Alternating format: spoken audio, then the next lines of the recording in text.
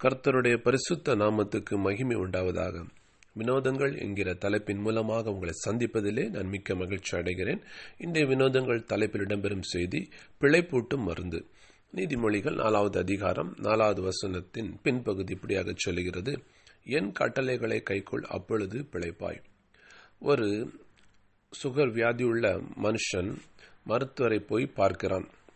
அப்பொழுது அந்த மருத்துவர் அவனுடைய வியாதியை பரிசோதித்து விட்டு சில காரியங்களை கட்டளையாக கொடுக்கிறார். இந்த உணவை சாப்பிட வேண்டும், இந்த உணவை சாப்பிடக்கூடாது, எக்ஸசைஸ் பண்ண வேண்டும், அப்பொழுதுதான் நீ அதிக காலம் ஜீவனோடு இருக்க முடியும் என்கிறதான கட்டளைகளை அவர் சொல்வதை நாம் பார்க்க முடிகிறது. அந்த மனுஷனும் என்ன செய்கிறான்?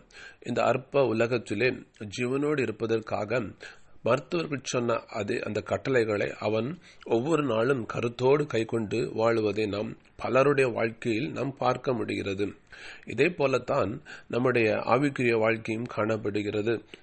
நம்முடைய ஆண்டவராகிய இயேசு கிறிஸ்து பலவிதமான கட்டளைகளை வேதத்தில் எழுதி வைத்திருக்கிறார். செய்யக்கூடிய கட்டளைகள், செய்யக்கூடாத கட்டளைகள் என்று சொல்லி 2 பிரிவுகள் எழுதி வைத்திருப்பதை காண முடிகிறது.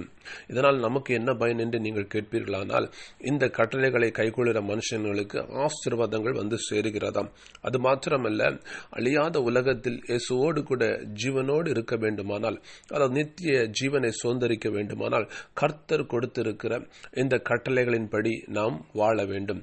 அப்பொழுதுதான் நமக்காக ஆயத்தமாக்கப்பட்டிருக்கிற பரலோக வீட்டுக்குள்ளாய் போய் வாசம் செய்ய முடியும் என்பதை மனதில் வைத்துக் கொள்ளுங்கள். கர்த்தர் உங்களை ஆசீர்வதிப்பாராக.